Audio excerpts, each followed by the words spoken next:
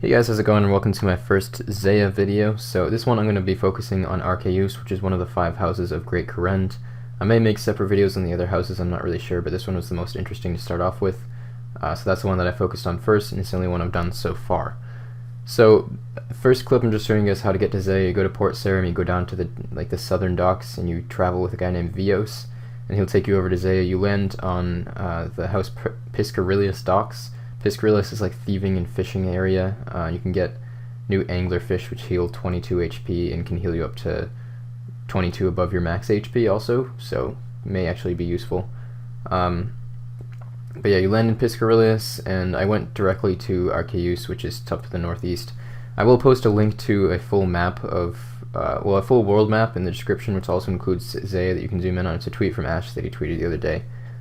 So I would encourage you to check that out to see the full map, because Zeah is very large, and it's just Great Kourend right now, which is just one city. It's not even the entirety of Zeah, because it's coming in future batches. So from the docks that you land on, Arceuus is to the northwest a bit. You have to walk up here a little while, and then you'll eventually come across some arcane-looking buildings with these kind of like crystal-y type things all over the ground. And there's a bank in this area, there's a large library, and then up to the north is the runecrafting and altars and stuff like that. And there's not really anything too notable in here other than, or anything that you'd actually use really, other than the library, the bank, and the runecrafting stuff. There is a general store that stocks some runes, some rune packs, mostly magic stuff, and then some vials. It's kind of interesting. And then there's also a bar that just has a joke in it. I don't think it actually sells any alcohol. And there's an altar area, but nothing really else too significant. Another way to get to Arceuus once you have gone here before is there a fairy ring. You can pay 80k to a guy next to the fairy ring, and he'll reactivate it for you. And then the fairy ring code is CIS, so that's a pretty good way to get up to Arceuus. So the only place that you really need to go to start is the library. The library is where you can gain favor the fastest, and you need 100% favor to do blood or soul runes. You need 60% favor to do the Necromancy spellbook. So when you first get to the library, you'll have 0% favor. You're going to need to help. There's a few different NPCs you can right-click help on, and they will ask for a specific book. You have to go upstairs and find an NPC called Biblia, and she will tell you a general location of the book, and you have to search the shelves. The book locations stay the same for a certain amount of time and then change. I'm not exactly sure how long of a time that is. So you have to do that until 20% favor, and they give 1.5% favor per book. So it's actually pretty fast favor. You could probably get to 100% within an hour, probably less. Once you get 20% favor, you can start finding dark manuscripts, which are exactly the same process but give 3% favor, so they're just faster. On release, when I was first doing it, when I got 100% favor, the books were, you get a reward book every single time you turn in one of the books or the manuscripts, and they were the same as genie lamps. So I was getting 990 runecrafting XP per book. It was either runecrafting or magic, and you could get like 2.4k magic, but obviously runecrafting would be better. So getting 100% favor, I got a free, I guess probably 30-40k runecrafting XP, which is kind of OP. It didn't really take that long, and it could have been extremely fast runecrafting XP if it had not been nerfed, if there was people calling the book locations and you could get them quickly. But right now, the last time I did it, it gave 396 XP per book, so they nerfed it, which is probably a good thing because it would have been potentially really high XP per hour in runecrafting. But yeah, this is the fastest way to get to 100% favor. I see some people at 25% you can start mining dense essence, and you can get some favor for doing that, but it's extremely slow, and there's no actual point in doing it. It's somewhat misleading because when you go over there and you first have 25% favor, and you start mining and you turn it into the NPC there, they'll tell you a certain amount of dense essence that you still need, and that's just how many you need to get 100% favor, because you get 0.1% favor for every 4 dense essence. They take, I think, 10 ticks to mine, so that's really slow. It takes 5 hours to get to 100%, which is kind of silly. And if you just do more favor at the library, then they'll tell you that you need a fewer amount. You don't need to collect the 3,000 that they initially say. That's just how many you'd need to do if you chose to do that for favors. So you can AFK do that for really slow favor, but it's much faster to just do it through the library. You can get to 100% favor within an hour, definitely. And then you can start doing blood and soul runecrafting right away. So this is pretty much what soul runecrafting looks like. You AFK for a really long time to fill your inventory with this dense essence, and so most of it is just AFKing. I was really kind of disappointed by this because it's not at all what they told us it would be. They said in the news post when they polled it that it's going to be a high effort method, and this is the opposite of high effort. I mean, you sit here and like 9 or 10 ticks for every essence block. It takes a really long time to fill your inventory, and then you just get massive XP drops when you take it to the altar. So what you do is you mine a full inventory of dense essence, you take it to the dark altar, and it converts to dark essence blocks. You use a chisel on them, and there's no tick delay on that, so it's like fletching darts or bolts, and you turn those into dark essence fragments, I guess they are, and then those get converted into runes, so you get 4 dark essence fragments for every 1 dense essence block.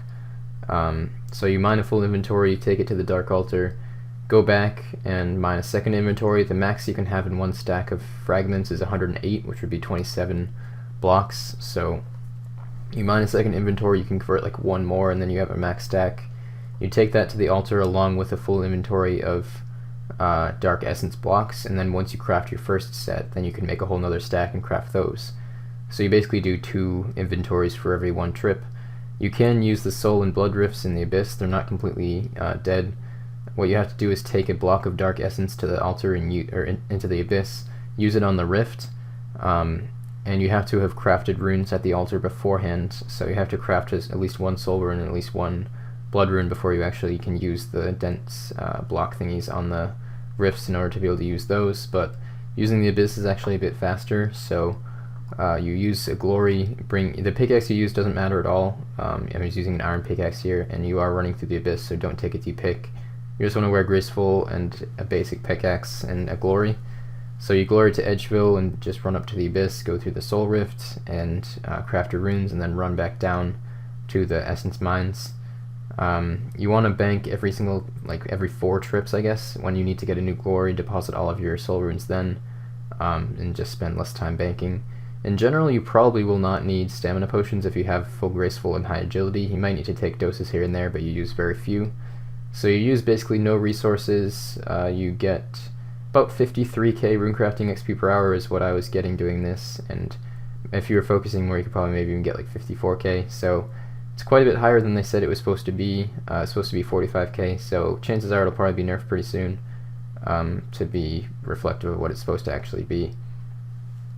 And I've heard things about Bloods being like 45k XP an hour. I haven't actually tested Bloods yet because I have high enough RC to do Souls, and Souls are obviously better, but Bloods are pretty much the same exact process. So the other thing you get from Arceuus is the Necromancy spellbook, and that's what it looks like right there. There's a bunch of different spells, each one is for a different monster, and all of these types of monsters drop these ensouled heads of themselves, and you can cast the spells on the heads. The spells use gnats, souls, bloods, and body runes, and you can only reanimate the monsters at like the area near the Dark Altar, so you have to go over to the Dark Altar to use them. So I guess if you're actually to farm this out, you'd take a full inventory minus the runes you need to the Dark Altar area, and you'd continually cast this spell. So I tried it with a Bloodveld head. I managed to get one in the G for like 50k, just because I wanted to try it out. This was like only a couple hours after release of Zeah. So it spawns this reanimated Bloodveld. It doesn't have a combat level, I guess, but it had 25 HP, I think, or maybe 35.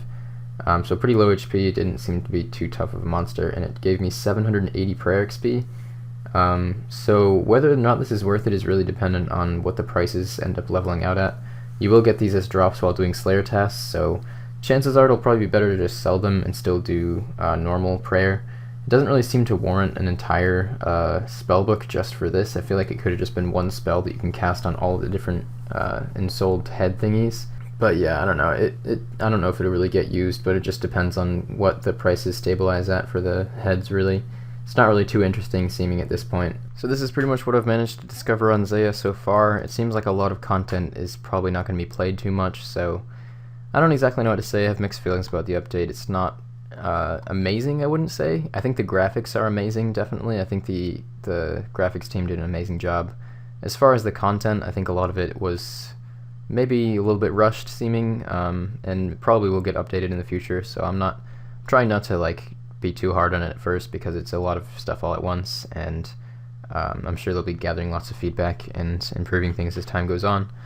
I probably won't be doing much soul rune crafting because the money is really bad, and I don't think that it's worth the increase in XP for such a terrible amount of money. Because soul runes are crashing in price. They alch for 180 GP, so they're probably going to go down to about that price, and they probably won't drop too much lower than that. So It's going to be probably around 300k profit per hour overall. So if you were to do this to 200 mil runecrafting, it would save you 3k hours over doing nats, and you'd make 8.7 bill less GP. So 3k hours for 8.7 bill is pretty good. I think it's better to do nats or astrals also.